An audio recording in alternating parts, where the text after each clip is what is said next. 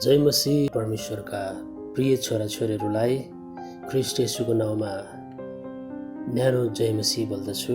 प्रभु यहाँहरू सबैलाई आजको दिन आशिष दिनुभएको होस्। अनि आज तपाईँहरूको बिचमा जीवित परमेश्वरको वचन लिएर तपाईँहरूको भाइ, तपाईँहरूको मित्र म आइसकेको छु। आशा गर्छु यो वचन सुन्दै गर्दा तपाईँको जीवनमा नयाँ आशिषहरू, नयाँ खुड्किलाहरू थपिएका हुन्। आजको वचनको शीर्षक छ विजय खुड्किलाहरू।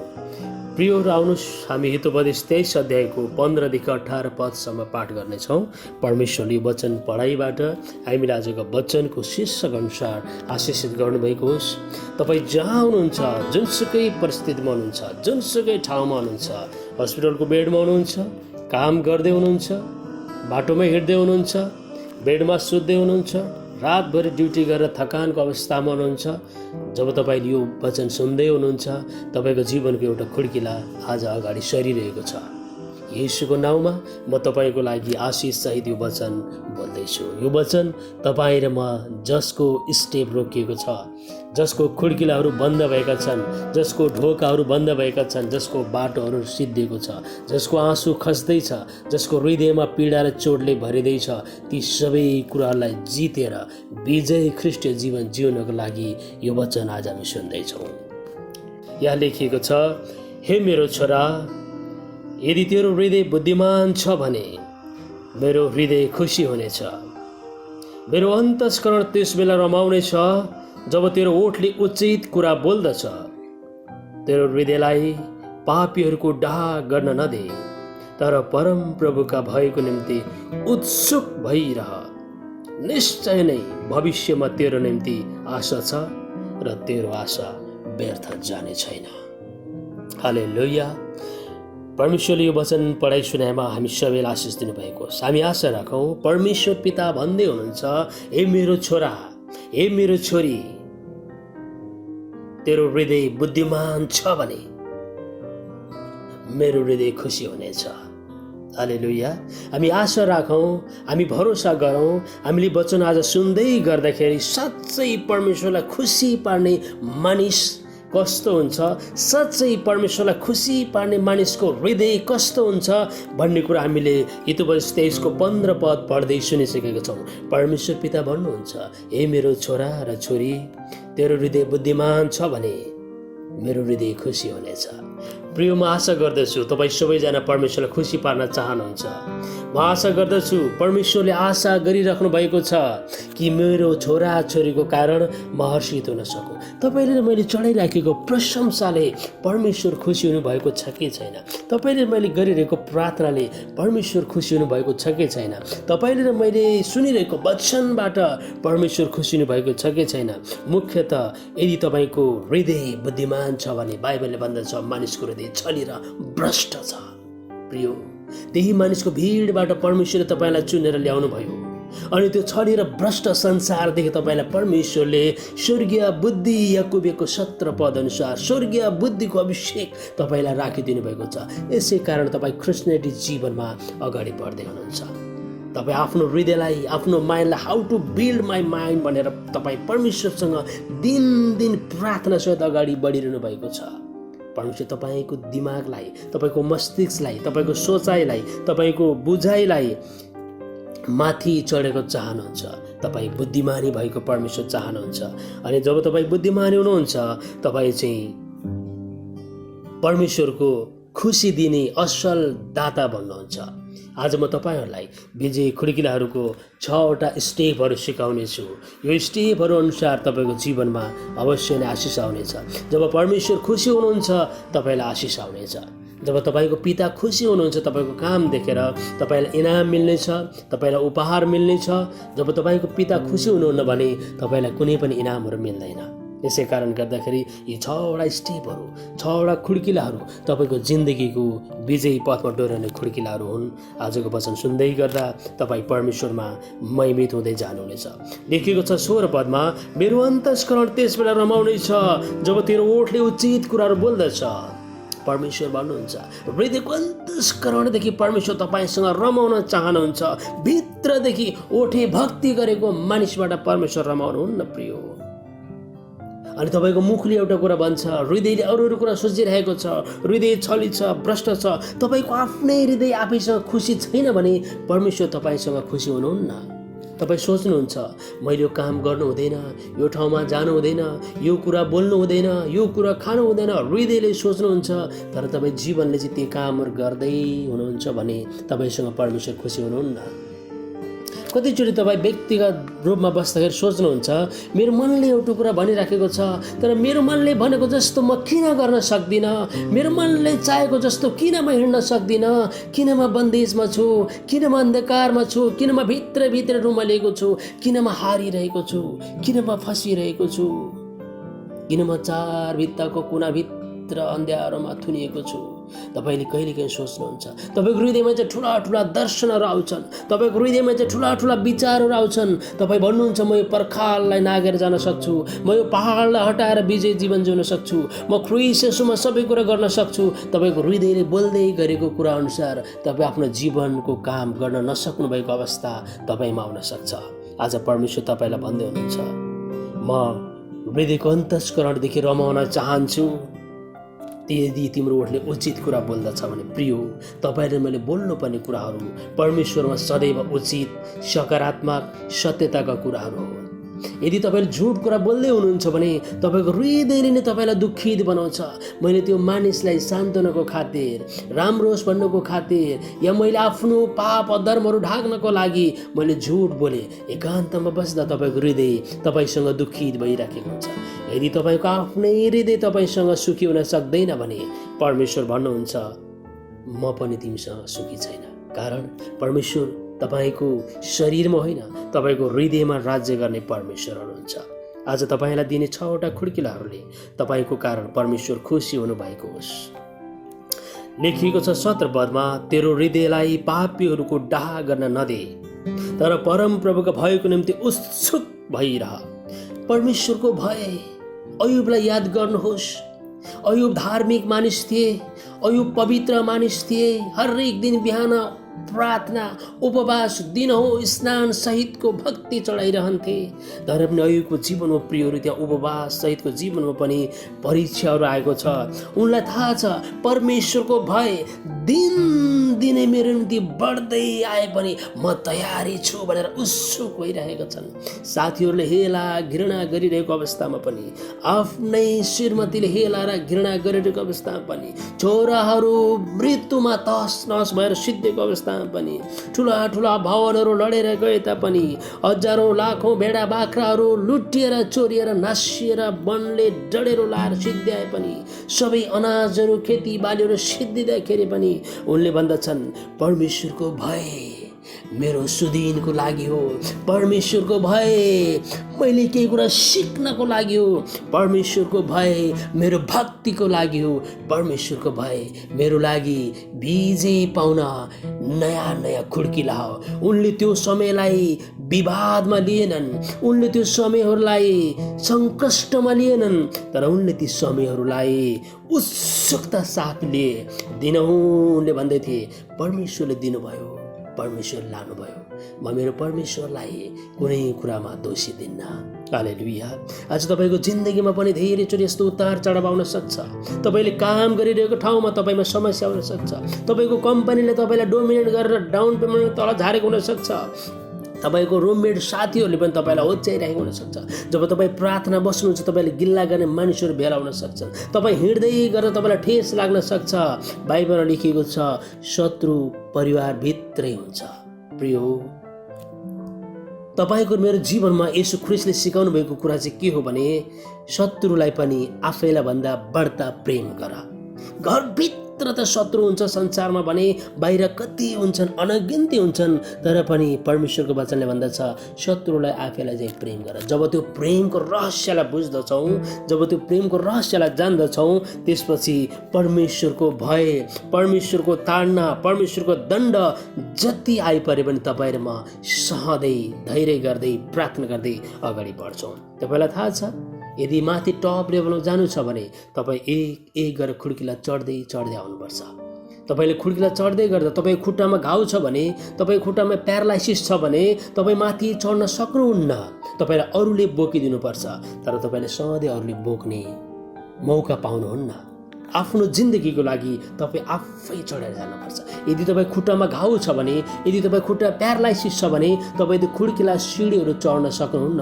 आज वचन सुन्दै गरेर तपाईँको खुट्टाको घाउहरू, तपाईँको खुट्टाको त्यो प्यारालाइसिसहरू, बन्द भएको जकडिएका साङ्लाले बाँधिएका कुराहरू छुटकारा हुनेछन्।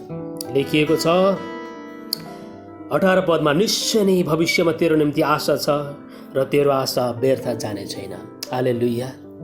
तपाईँ दोस्रो सामुएल 12 अध्यायको 1 देखि 3 पदसम्म पढ्नुहुन्छ भने त्यहाँनिर 2 जना मानिसहरूको कुरा लेखेको छ, धनी मानिस र गरिब मानिस। धनी मानिसको प्रशस्त भेडा बाख्राहरू छ। प्रिय, यो वचन अरू पढ्दै जानु भने त्यसको महत्त्व अर्कै छ। तर आज तपाईँहरूलाई म एउटा प्रेमको विषयमा र खुड्किलाको विषयमा वचन बोल्न जाँदैछु। विजय खुड्किला, ख्रीष्ट जीवनको विजय खुड्किलाको विषयमा।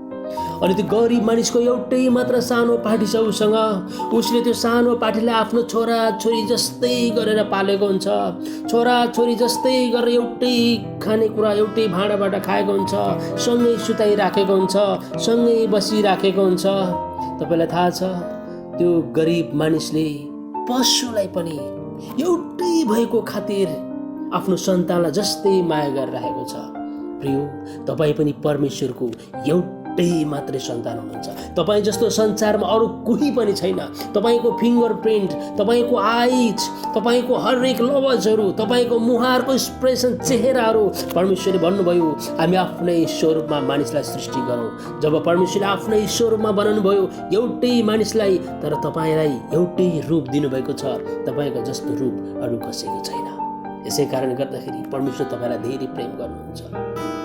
जसरी त्यो गरिब किसानले एउटा पाठीलाई आफ्नो सन्तानसँगै राख्थ्यो, एउटै भाँडामा खुवाउँथ्यो, त्यसरी परमेश्वर पिताले पनि तपाईँलाई एउटै चुज गर्नुभएको छ। तिमी मेरो छोरा हौ, तिमी मेरो छोरी हौ। तिम्रो हृदय बुद्धिमान बनाऊ, म हर्षित हुनेछु। प्रिय, आज तपाईँको हृदय बुद्धिमान हुनलाई परमेश्वरसँग यो वचन सुन्दै गर्नुहुँदा तपाईँ आशीषित हुनुहुनेछ। हालेलुया। म तपाईँलाई 6वटा खुड्किला दिँदैछु। तपाईँ कस्तो परिवेश हुर्कनु भयो? संस्कार। 6वटा खुड्किला दिँदैछु, 6 टिप्सहरू। संस्कार, विचार, व्यवहार, आचार, प्रचार, व्यापार। ख्रिस्टीय जीवनमा तपाईँहरूमा फस्ट्याउनलाई, फल्दै फुल्दै वृद्धि हुँदै जानलाई यी 6वटा स्टेपहरू अत्यन्त आवश्यक छ। प्रिय, तपाईँ कस्तो संस्कारमा हुर्कनु भयो? तपाईँ हिजो कुन ब्याकग्राउन्ड हुनुहुन्थ्यो त्यो कुराहरू भुल्नुहोस्। प्रभुले भन्नुभएको छ पुरानो बिति गयो, हेर नयाँ आएको छ।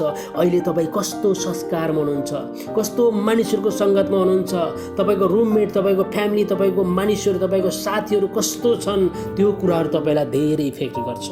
तपाईँ विजय खुड्किलामा एक पाइला अगाडि बढ्नको लागि तपाईँ बसिरहेको वातावरण कस्तो छ प्रिय, त्यसमा भर पर्छ। तपाईँले पढ्ने किताबहरू कस्तो छ, तपाईँले सर्च गर्ने मानिसहरू कस्तो छन्, तपाईँले आदर गर्ने मानिसहरू कस्तो छन्, तपाईँले प्रार्थनामा अभिषेक गर्ने, प्रार्थनामा सम्झने मानिसहरू कस्तो छन्, त्यसमा भर पर्छ प्रियहरू।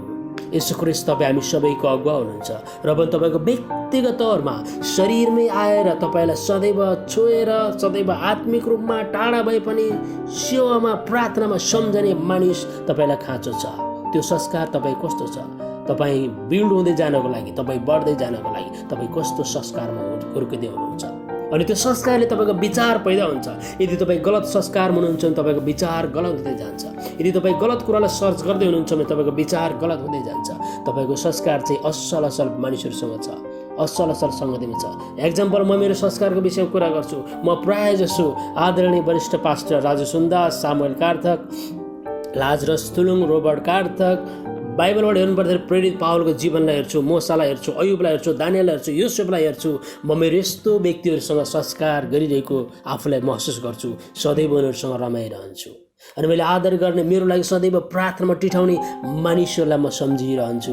अनि उनीहरूको जीवनीहरूलाई पढिरहन्छु। अनि ठुला ठुला गहिरा रहस्यका पुस्तकहरू लेख्ने दासहरूको जीवनलाई हेर्छु। त्यो पुस्तकलाई भन्दा पहिला उनीहरूको जीवनलाई हेर्छु। प्रिय, जुन संस्कारबाट हामी हुर्कन्छौँ नि, त्यसपछि तपाईँको विचार पैदा हुन्छ। गरिबहरू बाटोमा भोका नाङ्गा धेरै देख्दै पनि यस्तो माग्ने धेरै हुन्छन्, छि भनेर हाम्रो हिँड्ने बानी हुनसक्छ।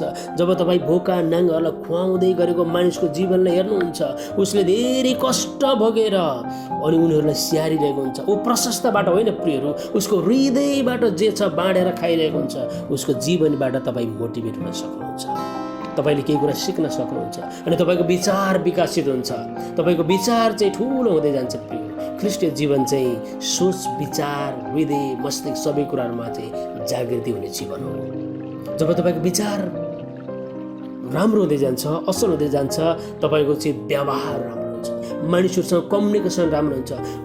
भलै तपाईँको विषयमा कुरा काटिरहेको होला, तपाईँ कहिले अरूको कुरा नकाट्नुहोस्। तपाईँलाई 1 महिना नचिन्ला, 2 महिना नचिन्ला, तर जब समय आउँछ परमेश्वरको, त्यसपछि तपाईँलाई मानिसले प्रष्ट चिन्छ, यो मानिस चाहिँ असल विचारको रहेछ, यो मानिसले कसैको खराबी गर्दैन, कसैको हानि गर्दैन, यो मानिससँग चाहिँ असल हुन्छ भनेर तपाईँसँग त्यसले संस्कार सिक्न आउँछ। प्रिय तपाईँको विचारलाई देखेर, सुनेर, बुझेर त्यसपछि तपाईँको व्यवहार त्योसँग असल बन्दै जान्छ। तपाईँले बोलेको समयमा पाउनुहुन्छ, बोलेको समयमा दिनुहुन्छ, तपाईँको उठाइ बसाइ सबै कुराहरू त्यो मानिससँग असल हुन्छ।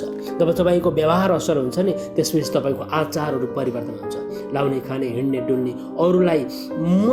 अरूलाई सेक्रिफाइस गर्नको लागि बनेको हुँ, अरूले चाहिँ मबाट धेरै कुरा सिक्नुपर्छ भन्ने कुरा तपाईँ भित्र पैदा हुँदै जान्छ अनि तपाईँको त्यो आचार संहिताहरू चाहिँ अरूमा पनि बढ्दै फल्दै जान्छ। तपाईँलाई थाहा छ, त्यसपछि तपाईँको जीवन चाहिँ प्रचारमा सुरु हुन्छ। तपाईँ बाइबलबाट प्रचार गर्नुहोस्, जीवनबाट प्रचार गर्नुहोस्, गीत भजनबाट, सङ्गीतबाट प्रचार गर्नुहोस्। एज युजुअल जसरी हुन्छ परमेश्वरको प्रचार गर्ने जीवन तपाईँमा आउँछ। संसारमा धेरै मानिसहरू सफल भएका छन् आफ्नो क्वालिटी, आफ्नो क्वान्टिटी, आफ्नो बेसहरूलाई बढाएर नि कि प्रचार गरेर।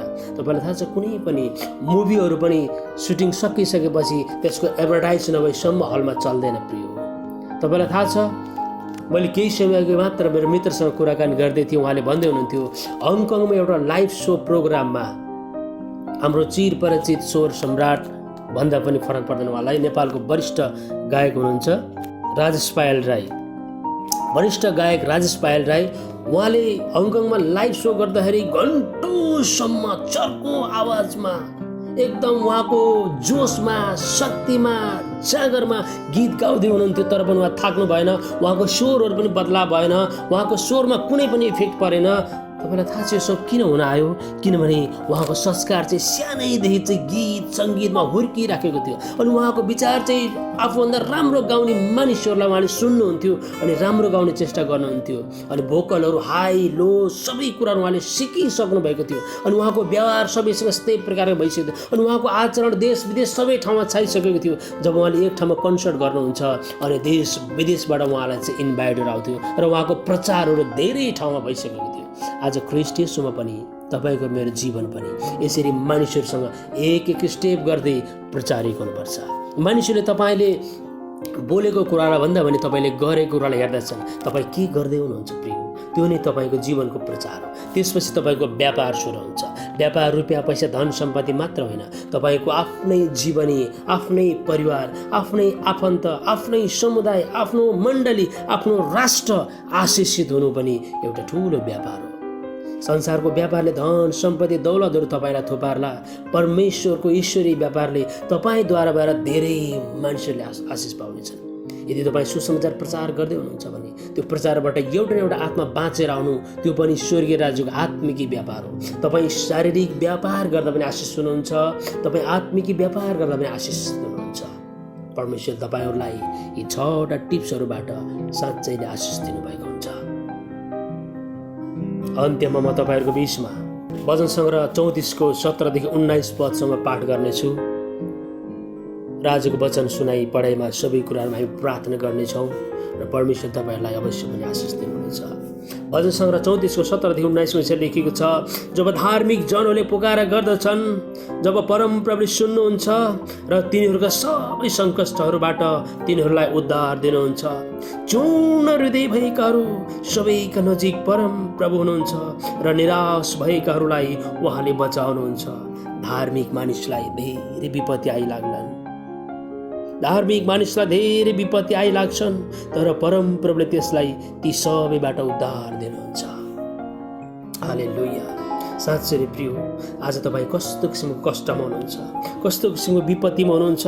वचनमा लेखिएको छ, धार्मिक मानिसले पुकार गर्दछ। तपाईँहरूमा धार्मिक मानिस हो, पुकार गरौँ प्रभुलाई, भनौँ प्रभु यी 6वटा स्टेपहरू म हुर्किने संस्कार, राम्रो ठाउँमा, राम्रो वातावरणमा बस्न सकूँ, राम्रो वातावरण मैले पाउन सकूँ, मेरो विचारहरू सकारात्मक हुन सकोस्, मेरो व्यवहारहरू पारदर्शी प्रकाशमय हुन सकोस्, मेरो आचरणहरू तपाईँको वचन अनुसार छर्लङ्ग हुन सकुन्, र मेरो प्रचार मैले बोल्दा, मैले हेर्दा, मैले हिँड्दा, मैले खाँदा बस्दा उठ्दा सुत्दा मेरो जीवन मानिसहरूको लागि गवाई होस्, प्रचार होस्, र जब मैले काम गर्छु त्यो काममा सफलता होस्, तपाईँको व्यापार सबै कुराहरू प्रभुमा आशिषमय भएको होस्। अनि परमेश्वर भन्नुहुन्छ, धार्मिक जनहरूले मलाई पुकार गर्दैछन्, आउनुहोस् हामी परमप्रभु परमेश्वरलाई पुकारौँ, र सबै सङ्कष्टबाट तिनीहरूलाई उद्धार दिनेछु भन्ने परमप्रभु परमेश्वरले, तपाईँको मेरो चूर्ण हृदय भएकाहरूको सबैको नजिक म छु भन्ने परमेश्वरले, निराश भएकोलाई बचाउने छु भन्ने परमेश्वरले, विपत्ति आइरहेको मानिसहरूलाई उद्धार दिनेछु भन्ने परमेश्वरले तपाईँ हामी सबैजनालाई आशिषित गर्नुहुनेछ। यो विजयी खुड्किलाहरूबाट तपाईँ आज एक कदम अगाडि बढ्नुहोस्। परमेश्वरको वचन पढाइ सुनाइमा सबै कुरामा तपाईँलाई आशिष दिनुभएको होस्। आउनुहोस् हामी छोटो प्रार्थना गर्नेछौँ र वचनबाट हामी सबैलाई आशिष दिनेछौँ। धन्यवाद प्रभु, हामी तपाईँलाई बिन्ती गर्दछौँ, विजयी खुड्किलाहरू जब हामी जिन्दगीमा अगाडि बढ्दै जान्छौँ, हाम्रो खुड्किलाहरू रोकिन सक्छन्, भत्किन सक्छन्, हाम्रो खुट्टाहरूमा चोट लाग्न सक्छ, हामी माथि उक्लनबाट रोकिनु अवस्था हुन सक्छ। तर तपाईँ परमेश्वरले आज भन्दै हुनुहुन्छ, तिमी हुर्किने वातावरणको संस्कार कस्तो छ, तिम्रो विचार कस्तो छ, तिम्रो आचार कस्तो छ, तिम्रो व्यवहार कस्तो छ, तिम्रो प्रचार कस्तो छ, तिम्रो व्यापार कस्तो छ। प्रिय, आज परमेश्वरले तपाईँलाई भन्दै हुनुहुन्छ, यदि तिम्रो हृदय बुद्धिमान छ भने म त्यसमा खुसी छु। आज हाम्रो हृदयलाई बुद्धिमानी बनाउनु छ, स्वस्थ बनाउनु छ। हे पिता परमेश्वर, यो वचन सुन्दै गर्दा तपाईँका सबै छोराछोरीको हृदय स्वस्थ हुन सकोस्, सबै छोराछोरीको हृदय बुद्धिमानी हुन सकोस्, सबै छोराछोरीको हृदय पवित्र हुन सकोस्, ताकि तपाईँ परमेश्वर हामी सबैसँग खुसी हुनुहोस्, तपाईँ खुसी हुनुहोस्। प्रभु धन्यवाद, हाम्रो जीवन गवाई र साक्षीको जीवन हो, सदैव तपाईँ हामीबाट खुसी हुनुहोस्। हामी तपाईँलाई प्रशंसा चढाउँदछौँ, किनकि तपाईँ परमेश्वर, हामीलाई बनाउनु नै परमेश्वर, जीवन दिनुहुने परमेश्वर, रोकिएको बाटो खोल्ने परमेश्वर हुनुहुन्छ। धन्यवाद प्रभु, आजको वचन पढाइ सुनाइमा सबै कुरामा तपाईँलाई आशिष दिनुहोस्। विजय खुड्किलाहरूमा हामी एक कदम अगाडि बढ्न सकौँ। धन्यवाद प्रभु, यो वचन सुन्ने तपाईँका सबै छोराछोरीहरूलाई आशिषित गर्नुहोस्। धन्यवाद, सबै बिन्ती प्रार्थना चढाउँछौँ, आशिष अनुग्रह माग्दछौँ, येशू प्रभुको नाउँमा, आमेन।